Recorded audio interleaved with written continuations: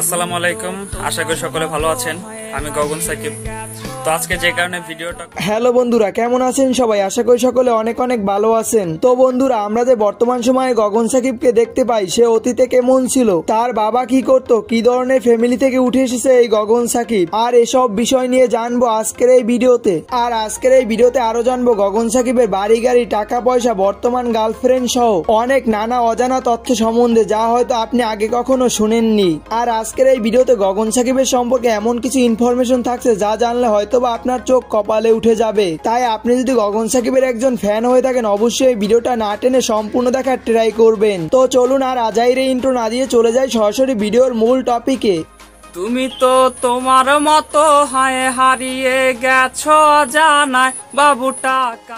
আর আমরা হয়তো সকলেই কম বেশি জানি যে গগন সাকিবের পুরো নাম হলো নাজমুস সাকিব। আমরা হয়তো সকলেই তাকে গগন সাকিব নামে চিনি, তবে তার গগন নামটি রেখেছিল তার মামা, এবং তার মামা তাকে গগন নামে ডাকতো, তাই তার গগন নামটা খুব পছন্দের ছিল।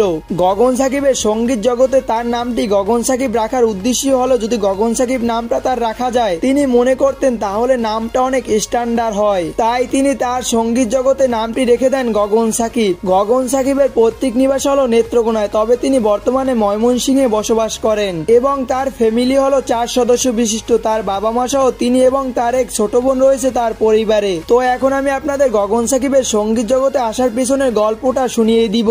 আর আমরা হয়তো সকলেই কম বেশি জানি যে বর্তমান সময়ে জনপ্রিয় শিল্পী আরমান আলিফ, সাদমান পাপ্পু, পাগলা ইমরান, এদের বাসা হলো নেত্রকোনায়। আর গগন সাকিব মূলত এই তিনজনকে দেখে ইন্সপায়ার হয়ে গানের জগতে আসা। গগন সাকিব যখন ক্লাস 9-এ পড়তেন, তখন তিনি বেঞ্চের উপরে কলম বাজিয়ে গান গাইতেন। তিনি যখন বেঞ্চ বাজিয়ে গান গাইতেন, তখন তাকে অনেকেই মেনশন করে বলতো, তুই এটা কি গান গাও। আর গগন সাকিব অলওয়েজ মনে করতেন তিনি যদি দর্শকদের মাঝে ভালো কিছু দিতে পারেন, অবশ্যই তার গান দর্শকরা শুনবে। প্রথমত গানের জগতে আসার পিছনে গগন সাকিবের ফ্যামিলির তেমন কোনো তিনি সাপোর্ট পাননি, তবে তার জামিউল হাসান নামে এক বড় ভাই তাকে আর্থিক এবং বিভিন্ন দিক থেকে অনেক সাহায্য করেছেন। আর আমাদের সকলের কম বেশি মনে থাকার কথা, গগন সাকিবের প্রথম গান ছিল প্রেমিকা, এবং তার একটি টার্গেট ছিল যে তিনি যে করেই হোক একটি গান রিলিজ করবেন, এবং সেই গানটি বর্তমান সময় শামসুল অফিসিয়াল ইউটিউব চ্যানেলের নজরে আসে, এবং তাকে বর্তমান পজিশনে আসার পিছনে সব থেকে বেশি সাহায্য করেছেন রাকিবুল ইসলাম মুন্না এবং প্রিন্স শামসুল আলম। আর আপনাদের হয়তো সকলেই জানার আগ্রহ থাকে গগন সাকিব কেন কষ্টের গান গায়। আর আপনারা হয়তো সকলেই কম বেশি জানেন যে গগন সাকিবের ব্যাকগ্রাউন্ডে একটি গার্লফ্রেন্ড নিয়ে হিস্টোরি রয়েছে, এবং তিনি মূলত তার এক্স গার্লফ্রেন্ডকে মনে করে এই গানগুলো লিখেন এবং পরবর্তীতে সেগুলো পাবলিশ করেন। তো প্রিয় দর্শক, এই ছিল গগন সাকিবের সংক্ষিপ্ত জীবনী। আর আমার এই ভিডিওটা ভালো লাগলে অবশ্যই একটি লাইক দিয়ে এবং কমেন্ট সেকশনে কমেন্ট করে জানিয়ে দিবেন, এবং গগন সাকিবকে নিয়ে নিত্য নতুন আপডেট ভিডিও পেতে চাইলে অবশ্যই চ্যানেলটিকে সাবস্ক্রাইব করে রাখবেন এবং পাশে থাকা বেল আইকনটি বাজিয়ে দিবেন, তাহলে পেয়ে যাবেন প্রতিনিয়ত ভিডিওগুলোর নোটিফিকেশন। তো দেখা হবে পরবর্তী কোনো ভিডিওতে। আল্লাহ হাফেজ।